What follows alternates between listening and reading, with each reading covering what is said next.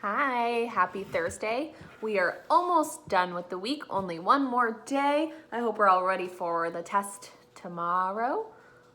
Okay, let's get started. Chapter 9, this is called Bag Full of Nothing. Today we're each supposed to bring in something that represents us and tell the class about it. I thought of a few things I could bring, like a can full of dirt or a bag full of nothing. Mr. Daniels asked for volunteers to go first. Shock of the century when Shay raises her hand. She gets up there with a picture of her horse, Diamond. She goes on and on about how she loves him and goes riding several times a week, but how it's a lot of work to take care of him. She shows us her riding helmet and fancy riding jacket too. I guess there really isn't anything that she doesn't have. Jessica brings a picture of Shay and talks about what good friends they are, which I think is funny since we're supposed to be talking about ourselves. Oliver bounces to the front of the room. His feet are never on the floor at the same time. He takes out a light bulb. I am the giver of light. Really? Mr. Daniels asks. Well, my dad is. He sells lamps, and when I grow up, I'm going to be a salesman too, and I'm going to sell hangers. Hangers? Mr. Daniel asked. Yeah, because I was thinking that it should be something that everybody has because you'd want to sell stuff that people need. Because if you sold stuff that nobody wanted, then you wouldn't sell anything, right? And everybody needs hangers. Mr. Daniel smiles and puts his hand on Oliver's shoulder.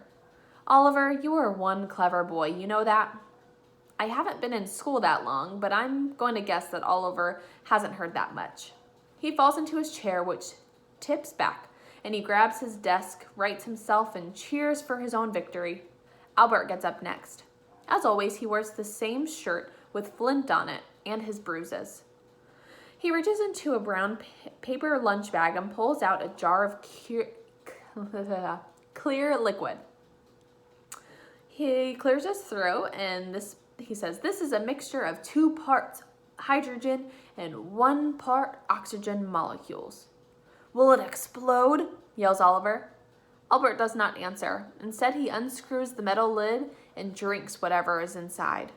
I'm silently freaked out, but Oliver goes, he drank it. Did you see that? He drank molecules. Gross. It's merely water, Albert reports.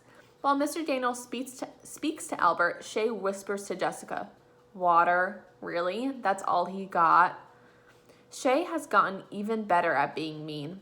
Ever since Mr. Daniels kept her in for recess for making fun of Oliver, she saves her comments for when Mr. Daniels is busy or talking to someone else. This water was taken from a giant underground lake that goes on for miles and miles, Albert announces. It's the same water that the dinosaurs walked through. Ooh, my toast is ready. It's the same water that the dinosaurs walked through 100 million years ago, and it's something the caveman drank. It's the same water that polar bears swam in just last year and medieval knights guzzled after battle.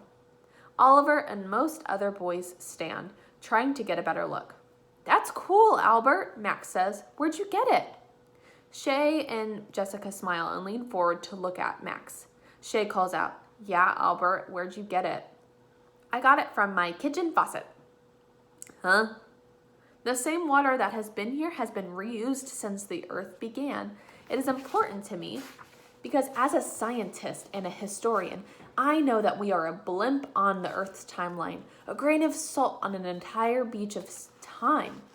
The kids start to groan. Here goes the professor again, Max says. Yeah, such a show-off, Jessica says, turning to Max. Now knock that off, Mr. Daniel says. I think Albert's idea is fascinating. How Earth has recycled its water over and over? Extraordinary, Albert. Next, he calls on Keisha. She carries a small box and holds whatever is inside it carefully so it won't break. When she takes out a cupcake, the boys argue who will get to eat it. This is a cupcake that I made. It isn't from a box mix, it's homemade. And why is it so important to you? Mr. Daniels asks. I like to bake. I told my mom I want to start a business when I get older, and she said there's no time like the present. So this is the first one I'll show to anyone outside my family. My God, Shay whispers. She acts like she's the first one to make a cupcake. It's not even decorated. Shay, please keep your comments constructive, Mr. Daniels says. Yes, it is plain on the outside, Keisha says, half smiling at Shay. But the inside is what matters. Keisha takes out a knife out of her box and cuts the cupcake in half and shows us the inside. As you can see, it says yum on the inside. How'd you do that? Suki asks, and I'm surprised to hear her talk. She hardly ever says anything. I've been experimenting with making letters out of different types of dough. I stand the letters up in the cupcake batter and carefully cover them with more batter. Do you lick the spoon when you're done? Oliver asks. I like to lick the spoon, but my mom says too much sugar isn't good for me. So she doesn't bake much because Oliver, Mr. Daniels says, pulling on his own ear. Oliver stops right away. Then Mr. Daniels looks at the cupcake. Wow, Keisha, that's so impressive.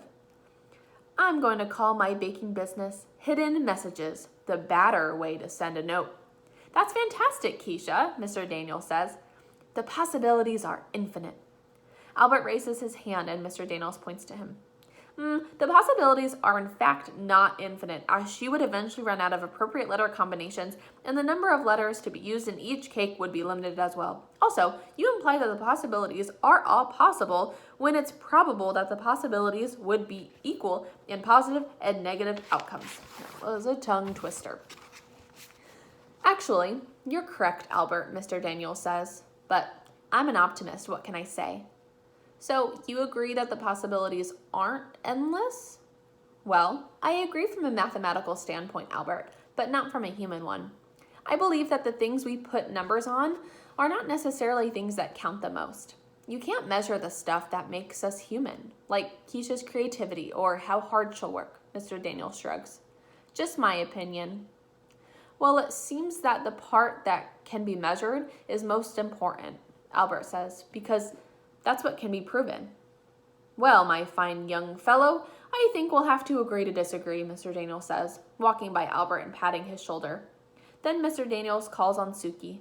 She pulls out a tiny paper bag and begins to pass them out to everyone. I bring 2 foods to share. One is hon sembi, my grandfather's favorite. Other is wasabi peas. They are maybe spicy. Food in America tastes... She turns to Mr. Daniels. What is a correct word? All of a sudden, Max jumps and runs to the sink, followed by Keisha and Jessica. Too hot, Max yells. The 3 others push each other, trying to scoop water into their mouths. Ah, yes, Suki continues. Bland is the correct word. Food here is bland. She seems to think that the 3 kids at the sink are both funny and odd. I think how hard it would be to move to a different country and have to learn a new language. I can't even handle one. Mr. Daniels laughs, holding the little bumpy, bright green pea between his fingers.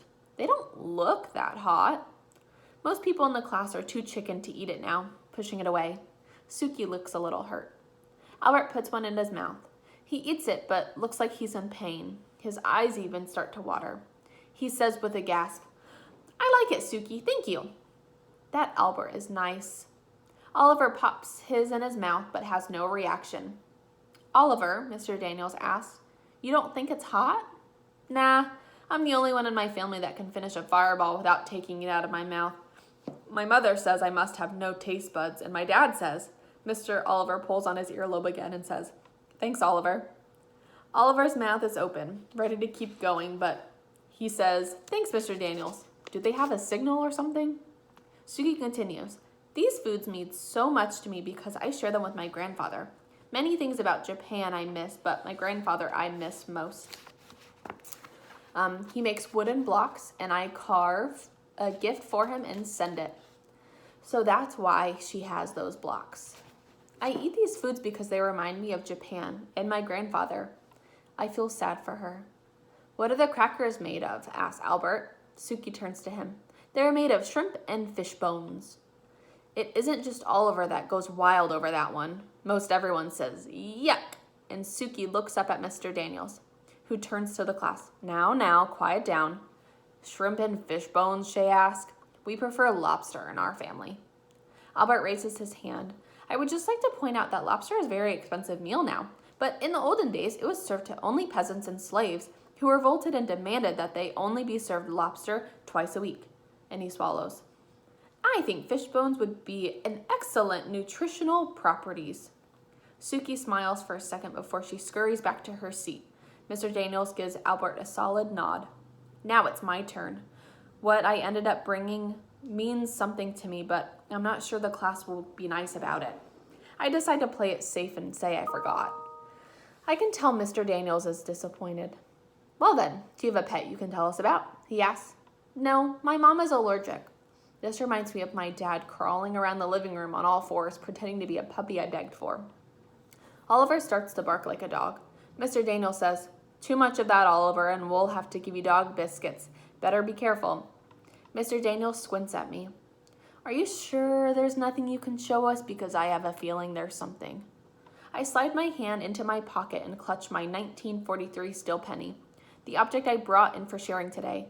He watches my hand and I realize I've given myself away, so I take out the penny anyways. My dad is in the army and he's deployed right now. On the day my dad left, he gave Travis and me these pennies. I look up at Mr. Daniels. That's my big brother. He nods. In 1943, pennies looked weird because they were silver in color like quarters. They were made of steel instead of copper because the government needed copper to make ammunition during World War II. Then in 1944, pennies went back to the usual red copper color. Anyways, I think it's cool. I do too, Mr. Daniels says, and I think it's even more cool that you told us about it. As I walk back to my seat, I think about when Dad left. He said that when we look at the steel pennies, we need to remember that we are unique too, and also that things will go back to normal for us, that he'll be home before we know it. I really miss him. Mr. Daniels gives Oliver a thumbs up, and I think how cool it is that they have that ear-pulling signal. That way he doesn't always have to tell Oliver that he's doing something wrong in front of everyone. I know that feels like I'm happy for Mr. Daniels, that he cares so much, but most teachers seem to like their students to be the same, perfect and quiet. Mr. Daniels actually seems to like that we're different. All right, that's all. That was a long one. I'm out of breath. All right, guys, I'll see you tomorrow for the next chapter.